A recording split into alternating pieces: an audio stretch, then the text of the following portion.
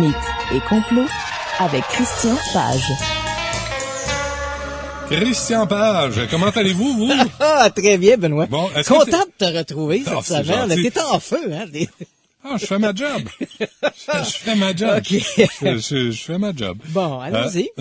Donc, cette semaine, es-tu là la semaine prochaine? Oui, je suis là la semaine prochaine. Ah, ça me rassure. Ah, ben, moi aussi. Toi aussi. Ouais.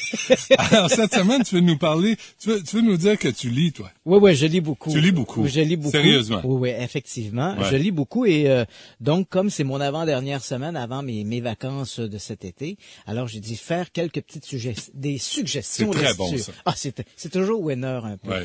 En fait... Parce que, et Pierre-Étienne, as-tu pris le nom des livres en note? Parce qu'avec l'arrêt, on fait ça, c'est automatique, on n'a pas besoin de se le dire, mais il faudrait le mettre sur notre page, la page, parce qu'on va nous le demander. Puis si on le fait pas, on va se faire congédier. Puis si on se fait congédier, on perd notre maison, on perd notre char, on perd notre famille, on perd notre vie. Tout ça à cause de Christian Page. Donc, on veut pas ça. C'est ça. Un complot des Illuminati. Vas-y. Bon, d'abord, petite sortie quand même. Je suis toujours un peu déçu, et je sais que je l'ai déjà mentionné, mais je suis toujours un peu déçu quand on fait le tour des librairies, lorsqu'on regarde les rayons de livres sur l'étrange, le mystérieux, tout ça. Je suis toujours un peu surpris de voir sur le plan francophone les ouvrages, la pauvreté des ouvrages qu'on nous offre. Je fais pas ici un élément Pauvreté de valeur. dans le sens de... Pauvreté, on a beaucoup d'ouvrages, genre apprenez à communiquer avec votre ange gardien, découvrez vos chakras, Ouais. ce genre de trucs. Comment Mais ça s'appelle, la bébite? Le chupacabra. Le chupacabra. Mais on a avec votre chupacabra interne. le suceur de chèvre. Et dans ce cadre, Whatever turns you on, man. et ce qui est malheureux, on a peu d'ouvrages écrits, Ouais. disons des ouvrages de référence, des ouvrages On a écrits par beaucoup des de charlatans journalistes. en français. Oui, absolument. OK. Alors, et il faut souvent se tourner vers la littérature anglophone pour trouver des ouvrages de référence, ce qui est un peu malheureux. Et bon, ben j'imagine qu'il doit y avoir un aspect commercial à ça. Les ouvrages des anges se vendent mieux que les ouvrages des journalistes. Les et sottises. je sais de quoi je parle. Oui, les sottises, oui, mais quand tu parles d'ouvrages plus sérieux, c'est parce que c'est un ouvrage d'analyse. Ouais, des C'est ouvrages pas, d'analyse. C'est pas d'endosser. Non, absolument pas. Donc, on a fait, ça peut être un ouvrage journalistique, un ouvrage de référence. Comprends. Des gens se sont attelés à la tâche d'enquêter sur un sujet et nous livrent leurs réflexions là-dessus. Et ça, on en trouve beaucoup moins en français qu'en anglais. Mais bon, on a quand même des trucs intéressants. J'ai choisi des ouvrages qui sont francophones, sauf le premier dont je vais te parler. C'est un ouvrage anglophone. Je vais commencer avec les ovnis. On va passer ce sujet-là. Parce que les ovnis, c'est toujours un sujet excessivement populaire. Chaque année, on a des dizaines d'ouvrages qui sont publiés sur les ovnis. Et ce qui est curieux cette année, c'est que les ouvrages les plus intéressants nous viennent par des gens que je dirais des outsiders, des gens qui n'appartiennent pas au milieu des ovnis. C'est un peu comme si les ufologues, à être trop souvent mêlés dans le sujet, on en vient un peu à perdre de vue le sujet. C'est l'arbre qui cache la forêt. Et cette année, je dirais, les deux ouvrages dont je vais parler viennent de gens qui ne sont pas impliqués directement dans le milieu. Donc, le premier est un ouvrage qui s'intitule simplement UFO, ce qui veut dire Unidentified Flying Object, objet volant non identifié. Ça a été écrit par un type qui s'appelle John B. Alexander, qui est un physicien. Bon, Alexander est un ancien béret vert qui a servi durant la guerre du Vietnam. Il a pris sa retraite de l'armée américaine sous le grade de colonel. Et depuis, il a œuvré autant à l'OTAN que dans différents projets, incluant la CIA, sur des développements d'armes et d'autres projets, disons, secret défense. Et Alexander s'est retrouvé, à travers tous ces méandres-là, à côtoyer des gens qui se sont intéressés un peu par la bande aux ovnis. Et ils ont dit, tiens, on va essayer de voir ce qui se passe là-dedans. Y a-t-il quelque chose de vrai? Et il a mené un excellent travail d'enquête. C'est un ouvrage vraiment un incontournable. Il aborde tous les sujets. Ça va de Roswell, les commissions d'enquête américaines, on le sait, de la fin des années 40 jusqu'en 1960. Mais qu'est-ce qu'il y a de nouveau à dire? Ben voilà, en fait, ce qu'il arrive, son ouvrage est sous-titré Myths, Conspiracies and Realities. Et là, ce qu'il arrive, c'est qu'il nous présente ces sujets-là en disant... Mythes et complots. Mythes et complots. Donc, il nous dit, voilà ce qu'il constate, lui, là-dedans, et pour avoir œuvré au sein même de ces organisations, c'est qu'il n'y a pas réellement un complot. On ne cache pas la vérité des ovnis. On a eu beaucoup de bévues, des mauvaises politiques, des cafouillages qu'on a essayé de dissimuler, mais c'est pas vraiment une politique de la conspiration, notamment lorsqu'il y a eu les commissions d'enquête américaines dans les années 60. Les Américains ont voulu se débarrasser, l'armée américaine a voulu se débarrasser de cette patate chaude qui était la question des ovnis. On a financé une fausse commission d'enquête au niveau du civil. tout ça avait pour but simplement de se débarrasser de ce sujet-là, non pas parce que le sujet n'est pas intéressant, non pas parce que le sujet n'existe pas. D'ailleurs, Alexander le dit, il y a bel et bien une réalité ovni, dans le sens de objets volants non identifiés. Ouais, pas de pas bébites forcément extraterrestres. d'extraterrestres. Il nous dit, les gens voient des choses, certains dossiers ont été bien enquêtés, on ne sait pas ce que c'est. On peut pas l'expliquer. On ne peut pas l'expliquer, et tant et aussi longtemps que ça demeure, Ouais. on reste dans l'incertitude, c'est la porte ouverte à toutes les spéculations. Mais il n'y a pas une forme de conspiration soutenue pour nous dissimuler des petits extraterrestres qui sont cachés dans des hangars. Je dirais que c'est un ouvrage qui est mauditement rafraîchissant quand on regarde ce qui nous a été publié depuis quelques années sur la question des ovnis, où là, on nous sert du complot par-dessus complot.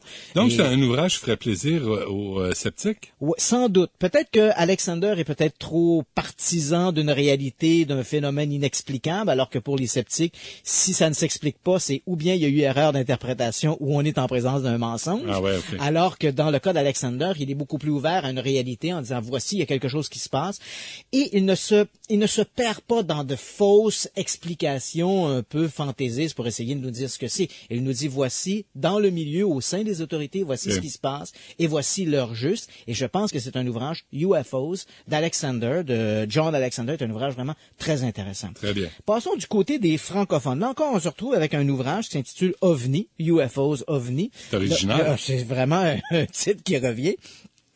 L'ouvrage, donc, a été publié au Cherche Midi. Ça a été écrit par Egon Kragel et Yves Croupy. C'est deux Français. Évidemment, ils prêchent un peu pour leur paroisse parce que, faut-il le rappeler, la France est le pays qui a instauré depuis le plus longtemps un organisme étatique qui s'intéresse à la question des ovnis au sein même du Centre national des études spatiales. Donc, ce groupement-là existe depuis la fin des années 60. Ça s'appelait au départ le GEPAN, c'est devenu le CEPRA, maintenant le GEIPAN. Donc, c'est un organisme étatique qui enquête sur les ovnis depuis maintenant presque 40 ans. Donc, ces deux personnes-là, ces deux auteurs-là, Kragel et Croupy, font un peu le bilan de tout le sujet des ovnis à travers le monde. Encore là, on parle de deux auteurs. C'est qui les sont mêmes pas- sujets, là. C'est les mêmes sujets, mais cette fois-là, on nous les présente en français. On nous aborde beaucoup la question des ovnis telle que vue par les autorités françaises, telle qu'enquêtée par les autorités françaises. Mais c'est quand même fort intéressant parce que, bon, on sent quand même un lien. Ils font un peu la couverture également de ce qui se fait aux États-Unis. Et ce qu'ils font également, c'est qu'ils reviennent sur des sujets, par exemple, les ovnis dans l'Antiquité. Tu sais que dans les années 60, on a beaucoup parlé de ces sujets-là, genre les extraterrestres ont construit des pyramides, on trouve des peintures rupestres qui nous montrent apparemment des extraterrestres, L'île de Pâques. l'île de Pâques et tout ça.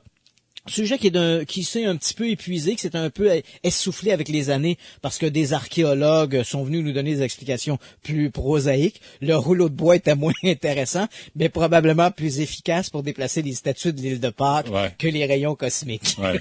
Mais quoi qu'il en soit, ces gens-là font vraiment un tour d'horizon. C'est bien fait, c'est bien écrit. Et les deux auteurs, encore une fois, ne sont pas des gens, même s'ils se sont un peu intéressés à la question des ovnis, ils ont même signé dans certains cas des articles sur les ovnis. Ce ne sont pas à proprement parler des ufologues, ce ne sont pas des gens qui appartiennent à des communautés, des groupes de gens qui font de l'investigation sur les Ni extraterrestres. des Raéliens. Non, non. Non, ni des mais je pose Raéliens. la question. Mais là, écoute, j'aurais parti une chronique érotique si t'aurais voulu que je te parle de l'orgasme cosmique. D'accord, de merci. Raël et de la Oui, méditation. d'où la sensible. Voie lactée. D'où- OK. Deadline. Deadline. Non, on pense à un autre sujet. Ça, c'est vraiment un petit bijou. Oui. Deadline, la dernière limite, c'est aux éditions Pocket. C'est un livre sur les expériences de mort imminente. Ce qui est intéressant ici, tu vas me dire, oui, les expériences de mort imminente, on a l'impression qu'on publie assez régulièrement là-dessus et rien de nouveau sur le soleil. Ce n'est pas tout à fait vrai, Benoît. En fait, il y a de la recherche qui se fait à certains niveaux sur les expériences de mort imminente. Expériences de mort imminente, faut-il le rappeler pour les auditeurs, c'est ces fameuses expériences au seuil de la mort où des gens disent, après un décès, par exemple, momentané, on parle d'un décès momentané, crise cardiaque, etc., ils ont vu une sorte de lumière, un tunnel, ont rencontré des gens et puis ils sont revenus à la vie. D'ailleurs, je tiens ici à préciser, beaucoup de gens me côtoient et me disent « Ah, c'est drôle, moi j'ai vécu une expérience de mort, j'ai un décès clinique, j'ai pas vu ce truc-là, j'ai pas vu de lumière. » Il faut dire qu'il y a à peu près que la moyenne, la statistique est de 10 à 15% seulement des gens qui vont faire un décès clinique, qui vont vivre cette expérience de la NDE. Donc, pour 85% des gens, l'au-delà n'est qu'un vide noir. Ah oui. Ben, bref, C'est tout ça pas pour dire. rassurant. Donc, tout ça pour dire qu'il y a quand même de la recherche qui se fait. Et là, on a cet ouvrage, Deadline, qui a été publié même il y a 3 ou 4 ans dans son format, son édition grand livre, couvert rigide. Et là, enfin, le livre a été très rapidement épuisé. Et là, maintenant, on vient de nous le sortir en format poche. C'est un vrai bijou. Ça a été écrit par Jean-Pierre Jourdan, qui est un médecin, un docteur en médecine en France, qui également dirige les recherches médicales du groupe Jans France. Jans France, le groupe Jans est le groupe qui fait de l'investigation internationale sur les phénomènes de mort imminente. Mais qu'est-ce qu'on apprend? Voilà, qu'est-ce qui est intéressant là-dedans? C'est que si je devais aujourd'hui réunir un groupe de gens autour d'une table pour parler de mort imminente, il y a aucun doute qu'on aurait, par exemple, un groupe de sceptiques qui nous dirait oui, mais ces expériences-là, ça peut être dû à le manque d'oxygène dans le cerveau, un phénomène qu'on appelle anoxie, ou encore le cocktail pharmacologique. Lorsque l'on décède à l'hôpital, on nous donne des médicaments pour nous ramener. Certains de ces drogues peuvent être des psychotropes qui vont entraîner des hallucinations. Dans la réalité, ces arguments-là ne tiennent plus la route. Depuis quelques années, des recherches, notamment je pense à des recherches qui ont été menées par des urgentologues en Angleterre, qui ont éliminé ces explications-là. Donc, aujourd'hui, on en est à un autre niveau. On n'a pas d'explication sur l'origine de ces expériences-là. Et le docteur Jean-Pierre Jourdan fait un bilan de toute la recherche vraiment très actualisé. Il ne favorise pas une explication surnaturelle au détriment d'une autre. Il y a une approche à la fois clinique, médicale. Comme il le dit si bien, l'au-delà est très mystérieux, mais le cerveau humain aussi. Et peut-être découvrira-t-on la source de ces expériences dans le cerveau. Mais encore évoquer l'anoxie ou les cocktails pharmacologiques, ça c'est un peu dépassé. Faut vraiment passer à autre chose. Très bien. Ça, c'est aux éditions de... Ça, c'est aux éditions Pocket. Ça vient tout juste de sortir. Donc, C'est en français. la dernière limite, oui, absolument. D'accord. On s'arrête un instant. On est avec Christian Page.